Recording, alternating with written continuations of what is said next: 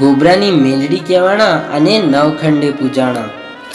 પોતે હાથભાઈ હતા, જેમાં હાથભાઈમાં મોટો ગોબરોભાઈ હતો. મા બાપ નાનપણમાં જ મેલી ગયા અને સાતો ભાઈઓની જિમ્મેદારી ગોબરા માથે આવી પડી.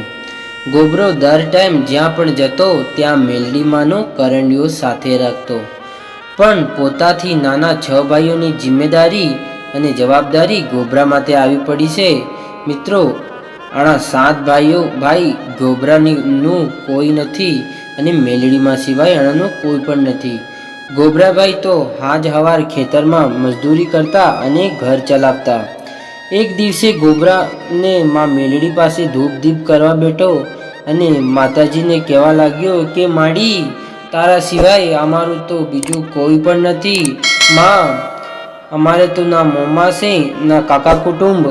માં, તારા સિવાય અમારો કોઈ જ નથી માડી. તું જ અમારો દાતા અને તું જ વિધાતા. માં, હે માં મેલડી, મારા 7 ભાઈઓ છે, અમે 7 પણ ભાઈઓ છો ને અમારે ખાવાનું પણ મળતું નથી. હું રાત દિવસ આના ખેતરમાં કાળી મજદૂરી કરો માડી.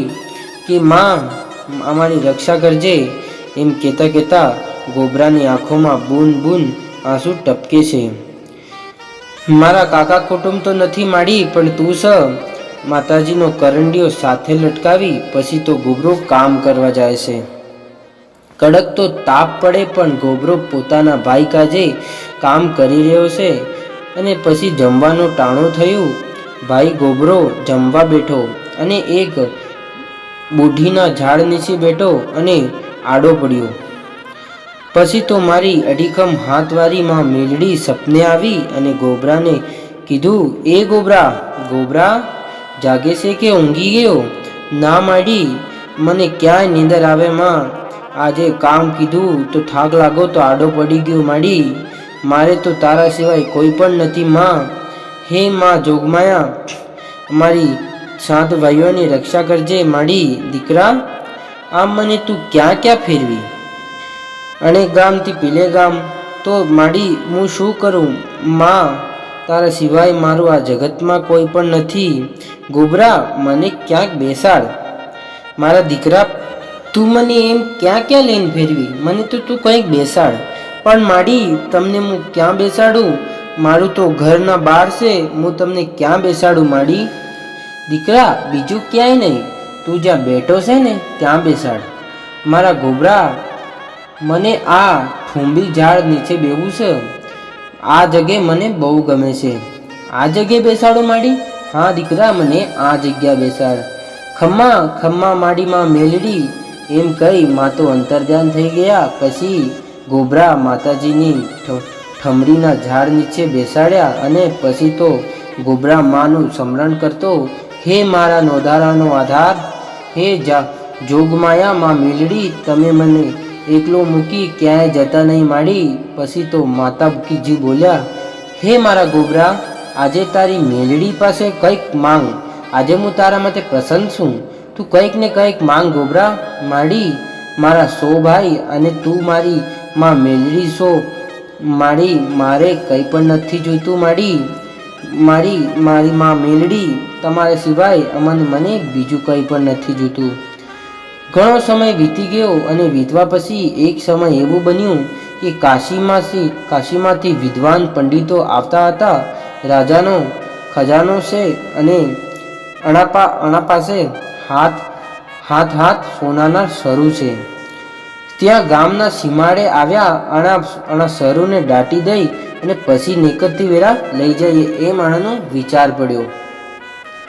એટલે પછી તો સરૂ દાટી માથે સિંદૂરનો ભાટો મેલી નાખ્યો અને મધરાતે થઈ અને માં મેલડી ગોબરાને સપને આવી અને કીધું, ગોબરા જટ ઊભો થા. ગોબરા, જાગજે જાગ. મેલડીમાં કીધું તો ગોબરો જટ ઊભો થયો અને પૂછવા લાગ્યો કે માડી, શું થયું? તારા ભાઈઓને લઈને જા. કે માડી, અને મધરાત્રિમાં ક્યાં લઈને જઉં મારા ભાઈઓને?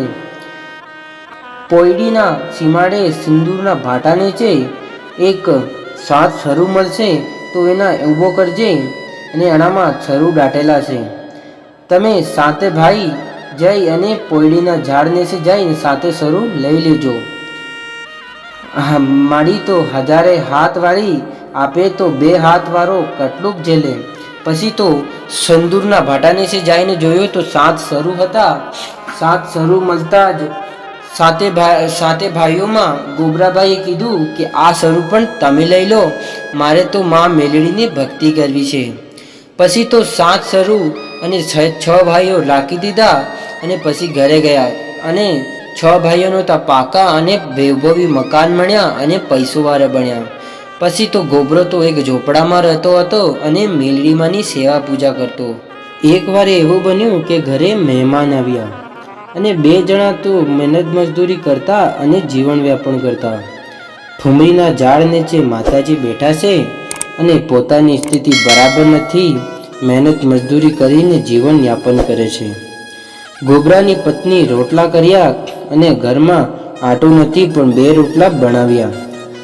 મહેમાનોને કરી ખવાડે છે અને ઘરમાં શાક પણ નથી તો શાક લેવા લુગડામાં વાટલી હપાડી અને એની પોતાની દેવરાણી પાસે જાય છે.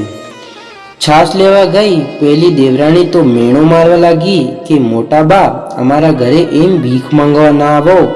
મિત્રો, કરજુક તો જુઓ, જેણે ભાઈઓએ પોતાની ભાઈઓને કાજે 7 શરૂનો ધન આપી દીધો હોય એને પણ એમ કહેવાય છે.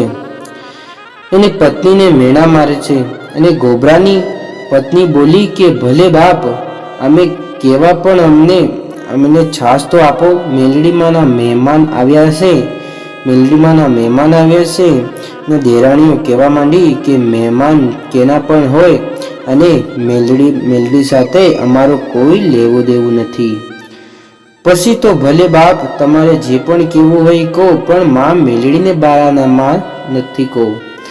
આંખોમાં આંસુ લઈને નીકળી ગયા અને સૌ 6 ભાઈઓ પણ સતા હતા પણ મૂંગા થઈ ગયા હતા. પછી તો મહેમાનને જે પણ ઘરમાં હતું એ પણ જમાડી દીધું અને વિદા કીધા. સાંજ પડી અને ઠુમરી નીચે માતાજી બેઠા છે અને ગોબરો માને ધૂપ દીપ કરે છે. માને ધૂપ દીપ અને કહેવા માંડ્યો કે માડી કે માં, મારા ભાઈઓને મારી સાથે દયા પણ નથી આવી. મેં પોતાની જિંદગી ઝોપી નાખી અને મારા ભાઈઓને મોટા કીધા અને અસીમિત ધન પણ આપી દીધું, પણ અણને મારા માથે દયા પણ નથી આવી. મારા પોતે ભાઈઓ હતા પણ બાઈઓ તો પારકી હતી, પણ ભાઈઓ તો મારા હતા. મારી પોતે માના ભાઈ પણ મને અલગ કરી દીધો. પણ માડી, તું જ મારી સગી છે અને તું જ મારી માં છે. મિત્રો, વગર પૈસાની વકીલ જુઓ તો પણ માં મેલડી છે. મિત્રો, વિડીયો સારો લાગ્યો હોય તો વિડીયોની લાઈક અને ચેનલને સબસ્ક્રાઈબ કરી દેજો. અને એવા જૂના માતાજીના પરચા આવશે. આ પહેલો ભાગ છે અને બીજો ભાગ ગોબરાની માં ઠુમરીને ઝાડ નીચે વાળી માં મેલડીનો બીજો ભાગ પણ આવશે. વિડીયો સારો લાગ્યો હોય તો વિડીયોને લાઈક અને ચેનલને સબસ્ક્રાઈબ કરી દેજો. તો બોલો મેલડી માતની જય, બોલો દશા માત.